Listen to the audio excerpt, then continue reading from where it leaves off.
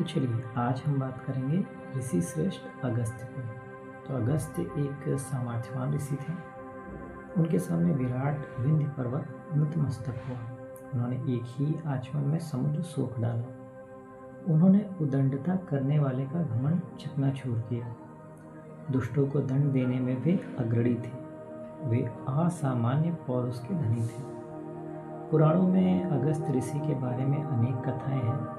उनमें ऋषि के साहस और करुणा का चित्रण है। इन कहानियों में उन्हें बौने ऋषि के रूप में वर्णित किया गया है। कद में बौने अगस्त्य ऋषि ने मानव जाति के कल्याण के लिए महान कार्य किए हैं। महर्षि अगस्त्य के जन्म की कथा भी मनोरंजक है। आदिकाल से देव व दानवों में वैमनस्य रहा है। वे सदा आपस में युद्ध करते रहे। एक बार देवताओं के राजा इंद्र ने अग्नि एवं वायु को आदेश दिया, जाओ इन राक्षसों का पीछा कर उन्हें सदा के लिए नष्ट कर दो। आदेश मिलने की ही देर थी कि अग्नि और वायु राक्षसों के पीछे दौड़ पड़े। घनघोर युद्ध में अनेक राक्षसों का संहार हुआ। कुछ राक्षस अपनी जान बचाकर समुद्र में जाकर छिप गए। कायरों की भांति राक्षसों को छिपा देखकर और उनसे किसी भांति उपद्रव की संभावना न देख अग्नि और वायु वापस लौट आए। किंतु कुछ थोड़े से राक्षसों को जीवित बचा देखकर इंद्र नाराज हो गए। उन्होंने अग्नि और वायु को बुलाया और पूछा, तुमने अपना कार्य पूरा क्यों नहीं किया?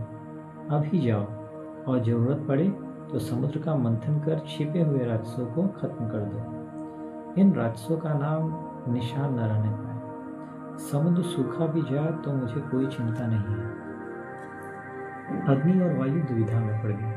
उन्होंने निवेदन किया, देवेंद्र, समुद्र में तो अनेक निरुद्रवी जीव जंतु भी रहते हैं। समुद्र का मंथन किया तो इनका जीवन नष्ट हो जाएगा। क्या यह अन्याय नहीं होगा? इससे इंद्र क्रोधित हो उठे और उन्होंने अग्नि और वायु दोनों को डांट दी। तुम दोनों अपना कर्तव्य भूल गए हो और मुझे धर्म का अर्थ सिखाना चाहते हो। इस बात का निर्णय अब तो पृथ्वी पर ही होगा। तुम दोनों पृथ्वी पर जाकर जन्म लो। अग्नि की ओर मुड़ कर उन्होंने कहा, तुम जाकर समुद्र को पी जाओ। इस प्रकार अग्नि और वायु का जन्म पृथ्वी पर अगस्त्य और वशिष्ठ के रूप में हुआ। देवराज इंद्र का श्राप पृथ्वी के लिए वरदान सिद्ध हुआ। अगस्त्य के पिता ऋषि मित्र वरुण और माता रूप सुंदरी उर्वशी थे। अगस्त्य को कुंभ संभव तथा मित्र वरुणी भी कहते हैं। आगे चलकर अगस्त्य एक महान दृष्टा तथा असाधारण शक्ति वाले पुरुष सिद्ध हुए। एक बार अगस्त्य का विचार हुआ कि विवाह कर लेना चाहिए। अतः योग्य वधू की तलाश में वे निकल पड़े। विदर्भ के नरेश की पुत्री लोकमुद्रा विवाह योग्य थी। अगस्त्य ने राजा से भेंट की तथा उनकी पुत्री से विवाह का प्रस्ताव रखा। लोकमुद्रा विवाह के लिए तैयार हो गई। विवाह धूमधाम से संपन्न हुआ तथा दोनों तपु भूमि में लौट आए। लोकमुद्रा अच्छी पत्नी सिद्ध हुई। वह अगस्त्य की प्रत्येक इच्छा का तत्परता से पालन करती थी। कभी विवाद न करने वाली कर्तव्यपरायण एवं आज्ञाकारी पत्नी पाकर अगस्त्य भी बड़े प्रसन्न थे। विवाह के पूर्व अपने पिता के राजमहल में पहने रेशमी वस्त्रों एवं आभूषणों का एक बार लोकमुद्रा को अचानक स्मरण हुआ है। अच्छे सुंदर वस्त्रों और आभूषणों की लालसा उसके मन में बलवती हुई। उसने हिचकिचाते हुए पति से कहा, स्वामी, मैं अच्छे वस्त्र एवं सुंदर आभूषण पहनना चाहती हूँ। मुझे ऐसे वस्त्र और गहने ला दीजिए। अगस्त्य ने कहा, लोकमुद्रा, मैं तो साधु पुरुष हूँ। मैं ये आभूषण तेरे लिए कैसे ला सकता हूँ? लोकमुद्रा ने तुरंत कहा, आप कोई साधारण मुनि नहीं है। आप संकल्प मात्र से किसी भी चीज की सृजन कर सकते हैं। लोकमुद्रा की सरलता पर अगस्त्य मोहित हो गए। उन्होंने कोमल शब्दों में कहा, तुम जो कहती हो वह सच है, किंतु तब व्यक्तिगत सुखों और स्वार्थ के लिए न होकर दूसरों की सहायता और विश्व की कल्याणार्थ किया जाता है। स्वार्थ के लिए किए गए तप का सामर्थ्य जाता रहता है। किंतु तुम उदास न हो, मैं दूसरे मार्ग से आभूषण व वस्त्र लाने का प्रयास करूंगा। इतना कहकर अगस्त्य चल पड़े। लोकमुद्रा ने अभी तक कोई चीज नहीं मांगी थी। एक राजा की बेटी को इन वस्तुओं की चाह होना स्वाभाविक था। अगस्त्य के मन में सहानुभूति थी। और पत्नी की इच्छाओं की पूर्ति करना उन्होंने कर्तव्य समझा। पर समस्या थी कि ये आभूषण व वस्त्र आएंगे कहाँ से। अगस्त अनेक राजाओं व सम्राटों के पास गए। मुनि की इच्छा पूरा करना अपना कर्तव्य और सौभाग्य समझकर अनेक राजाओं ने उन्हें वस्त्र आभूषण दिए। अगस्त आगे चलकर श्रुथार्व, ब्रसनास्व एवं थ्रास दस्यु राजाओं के पास गए। उन्होंने भी मुनि को प्रसन्नता से वस्त्र और आभूषण दिए। राजाओं ने मुनि से कहा, बदामी के राक्षस नरेश, इल्लव एवं वातापी धनी एवं समृद्ध हैं, आप उनके यहाँ भी पधारें। अगस्त बदामी पहुँचे। कहा जाता है कि जिस स्थान पर इल्लव एवं वातापी रहते थे वहाँ स्थान दक्षिण के भारत के कर्नाटक क्षेत्र के बादामी नगर ही है। इल्लव और वातापी की कथा रोचक है। उन्हें ऋषि मुनियों के प्रति घृणा थी। वे दुष्ट प्रकृति के थे। उन्होंने आसपास रहने वाले सारे साधु संतों, ऋषि मुनियों को खत्म कर दिया था। अगस्त की सारी बातें भली भांति मालूम थी, अतः वे डरे नहीं। वे राक्षस आखिर क्या कर लेंगे? यदि इनका व्यवहार ठीक नहीं रहा तो मुझे इनका नाश करना ही होगा। यह सोचकर अगस्त बदामी पहुंचे। ऋषि मुनियों को खत्म करने के लिए इन राक्षसों ने एक युक्ति सोची थी। जादू के प्रकांड ज्ञाता होने के कारण ये असंभव को भी संभव कर देते थे। झूठा औदार्य दिखाकर ऋषि मुनियों को ये आमंत्रित करते, हे मुनिगण, आप हमारे घर पधारें। यदि आपने हमारा आतिथ्य स्वीकार किया तो हमारा जन्म सफल हो जाएगा। प्रभावित मुनिगण के पधारते ही इल्लव अपने जादू के बल पर वातापी को बकरा बना देता और उसे मारकर उसका भोजन बनाता और ऋषि मुनि को खिलाता था। सरल हृदयी मुनिगण भोजन करते ही इल्लव चिल्लाता, वातापी बाहर आओ, और वातापी मुनि का पेट फाड़कर बाहर निकल आता। इल्लव के मेहमान भगवान के घर के मेहमान हो जाते। अगस्त को खुद आया देख के दोनों राक्षस मन ही मन बड़े प्रसन्न हुए। उन्होंने अगस्त ऋषि की बड़ी आवभगत की और आने का कारण पूछा। अगस्त ने कहा, हे राजन, मैं तुम्हारे स्वागत से बड़ा प्रसन्न हूँ। तुम बड़े समृद्धशाली हो। मुझे कुछ थोड़े वस्त्र और आभूषण चाहिए। झूठा सम्मान दिखाते हुए उन दोनों राक्षसों ने, मुनिवर, आप पहले हमारा आतिथ्य स्वीकार करें। यह हमारा सौभाग्य होगा। हम आपको सारी इच्छित वस्तुएं देंगे। भोजन तैयार हुआ। इल्वल ने अगस्त को भोजन के लिए बुलाया। अगस्त ने कोई शंका प्रकट न करते हुए पूछा, वातापी कहाँ है? इल्वल ने बताया, वह आवश्यक कार्यवश बाहर गया है, शीघ्र ही लौट आएगा। आप भोजन करें, वह आता ही होगा। अगस्त ने हंसते हुए कहा, हाँ, वह शीघ्र लौट आएगा। इल्वल का अर्थ यही था कि वातापी शीघ्र ही बाहर निकल आएगा।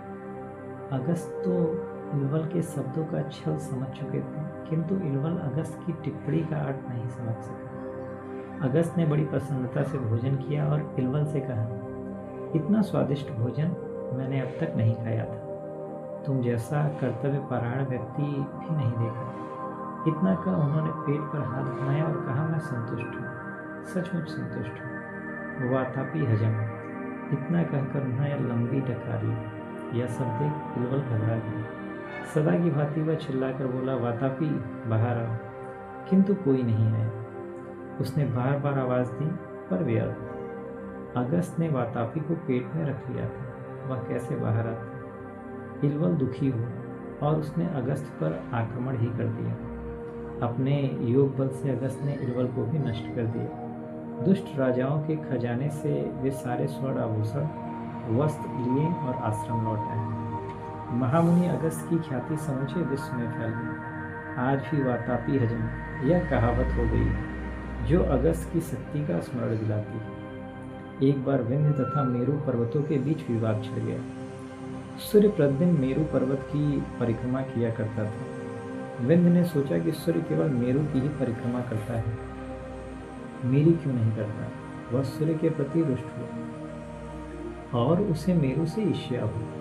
सूर्य के पास विंध्य पहुंचा तथा उससे कहा, तुम मेरी भी परिक्रमा करो। विंध्य की ओर बिना देखे सूर्य ने कहा, यह तो असंभव है। सूर्य का यह रूप देखकर विंध्य को बड़ा गुस्सा आया। मैं तुम्हारा घमंड चूर चूर कर दूंगा। यह कहकर विंध्य आकाश की ओर बढ़ने लगा। हर व्यक्ति आश्चर्य से देख रहा था कि विंध्य ऊपर की ओर उठता जा रहा है। उसकी चोटियां आकाश को छूने लगी। विंध्य पर्वत इस प्रकार सूर्य के परिक्रमा पथ में रोड़ा बनकर खड़ा हो गया। सूर्य ने विंध्य से कहा, यह अच्छी बात नहीं, पर विंध्य सुनने वालों में नहीं था। देवताओं ने भी विंध्य को समझाना चाहा, पर सब बेकार था। विंध्य का हठ देखकर सभी हैरान थे। सूर्य की गति रुक जाने से सारे विश्व में अंधकार छा गया। क्या किया जाए, किसी की समझ में नहीं आ रहा था। सारे देवता दौड़े भागे ब्रह्मा के पास पहुंचे। विश्व के रचयिता ने कहा, अगस्त ही आपकी सहायता कर सकते हैं। सारे देव अगस्त के पास लौट गए और विश्व की समस्या हल करने की प्रार्थना की। अगस्त ने कहा, आप चिंता न करें, मैं विंध्य की खबर लूँगा। विंध्य को महर्षि की शक्ति का पूरा अंदाजा था। वह यह भी जानता था कि अगस्त की शक्ति के सम्मुख उसका सामर्थ्य अर्थहीन है। अतः उसने सोचा, क्यों न इस समस्या को कुशलता से सुलझाया जाए। अगस्त को किसी तरह शांत करना चाहिए। यदि मैं उसकी सहानुभूति जागृत कर सका तो मेरा मनोरथ भी पूरा हो जाएगा। उसने अगस्त के स्वागत की तैयारी की।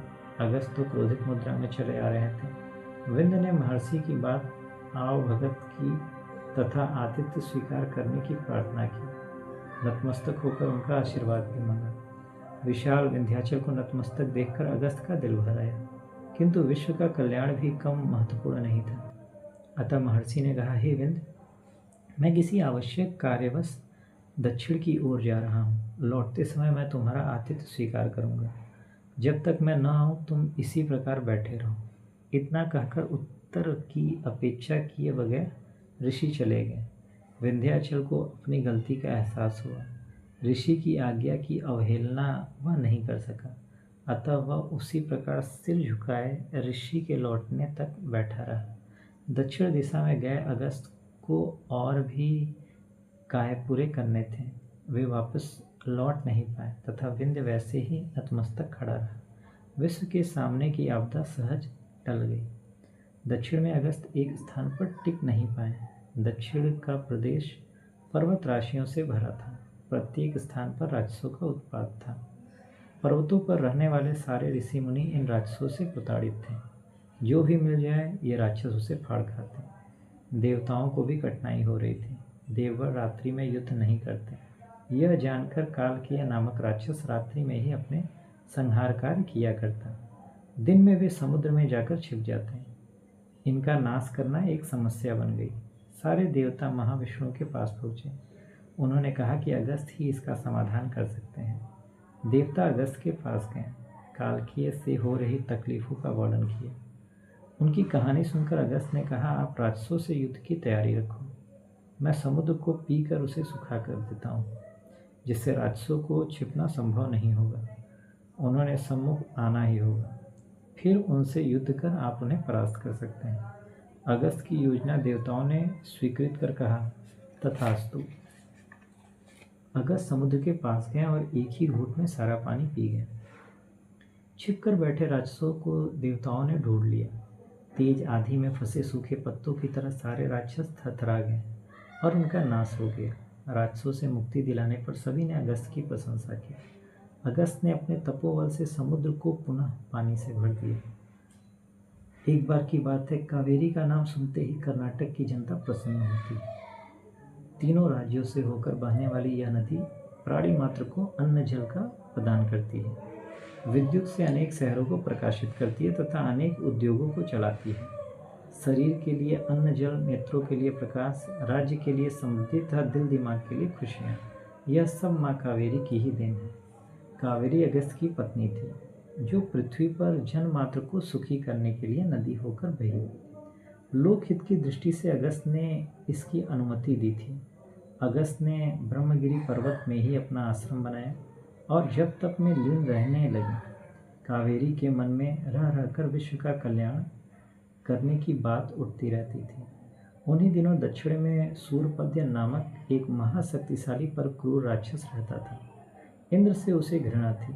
देवताओं को पूजने वाले मानवों के प्रति उसे रोष था। समस्त मानव जाति के संहार के लिए वह जादुई शक्ति का प्रयोग कर आकाश में होने वाली वर्षा को बीच में ही रोक लिया करता था और जल के लिए पृथ्वी तरस जाती। वर्षा के अभाव में जनता त्रस्त हो गई, भूमि सूख गई तथा उसमें दरारें पड़ गई। जानवरों पशु पक्षियों को अन्न जल दूभर हो गया। सभी ओर त्राही त्राही मच गई। कावेरी को जन कल्याण की सुधा थी और अब मौका आया था। प्राणी मात्र को नाश से बचाने के लिए वह तत्पर थी।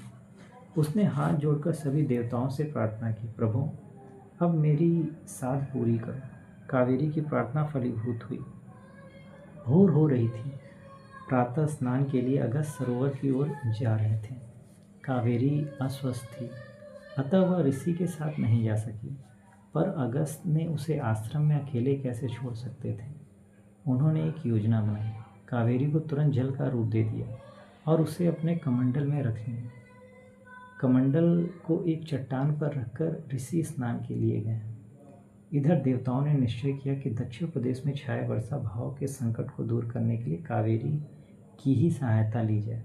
वे अगस्त के कमंडल रखकर जाने की ताक में थे।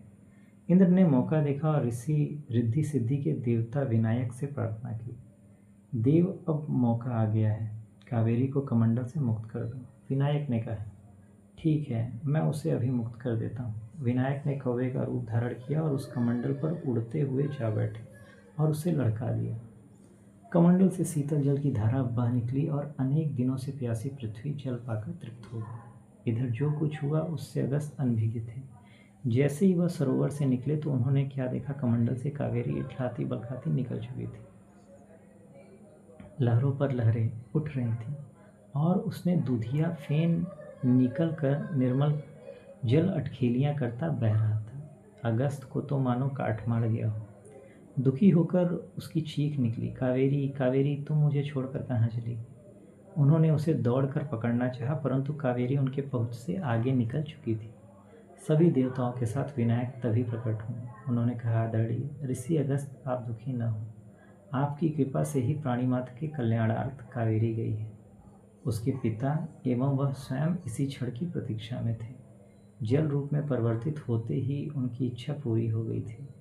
जब तक विश्व में जीवन है, दक्षिण देश के लाखों करोड़ों जनता को अन्न जल मिलता रहेगा। प्रभु, यह एक महान पवित्र नदी साबित हो, जो सबके पापों का प्रक्षालन कर दे तथा सारे पापियों को स्वच्छ कर दे। अगस्त को लगा मानो स्वयं कावेरी उनके सन्मुख नतमस्तक खड़ी होकर, स्वामी, मैं आपकी अनुमति बगैर ही नदी बनकर बह निकली, मुझे क्षमा कर देना। अगस्त ने अपने आप से कहा, सचमुच कावेरी ने कितने प्राणों की रक्षा की है। वह तो मानव जाति की माता ही है। विश्व को उससे लाभ मिलने दो। इन विचारों से अगस्त को सांत्वना मिली। कावेरी को आशीर्वाद देकर देवताओं से आज्ञा ग्रहण की। इस प्रकार कावेरी दक्षिण की गंगा के रूप में प्रसिद्ध हुई। अगस्त के इन्हीं गुणों ने उन्हें सर्वत्र आदरणीय और लोकप्रिय बनाया। कहा जाता है, देवताओं के आदेश से अगस्त ने तमिल भाषा को लोकप्रिय बनाया। तमिल भाषा के जनक के रूप में आज भी तमिलनाडु की जनता अगस्त का आदर करती है। अगस्त द्वारा स्थापित शिवलिंग आज भी अगस्तेश्वर के नाम से प्रसिद्ध है। अगस्त तीर्थ नामक एक कुंड भी आज दक्षिण में विद्यमान है।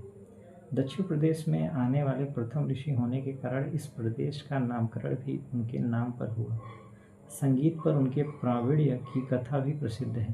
कहा जाता है, वीणा वादन की एक प्रतियोगिता में अगस्त ने रावण को भी परास्त कर दिया था। उन्होंने अनेक शिष्य तैयार किए, अनेक वैदिक मंत्रों की रचना की, गृहसूत्र नामक एक अति गहन शास्त्र का सृजन किया। देवी ललिता की सहस्त्र नामावली ललिता सहस्त्र नाम को लोकप्रिय करने का श्रेय अगस्त एवं लोपामुद्रा को ही है। महामुनि अगस्त की कथाओं में हमें एक प्रकांड इच्छा शक्ति मनोबल का परिचय मिलता है। चाहे पर्वत हो या समुद्र, उन सबको जीत लेने की महान मनोकामना अगस्त में थी। राक्षस हो या मनुष्य, दुष्टों का समन करना उनका सिद्धांत था। अपने महान तप के कारण वे देवताओं के समतुल्य हो गए। विंध्याचल ने उनके सन्मुख शीश झुकाया था। समुद्र उनकी अंजलि में समा गया था।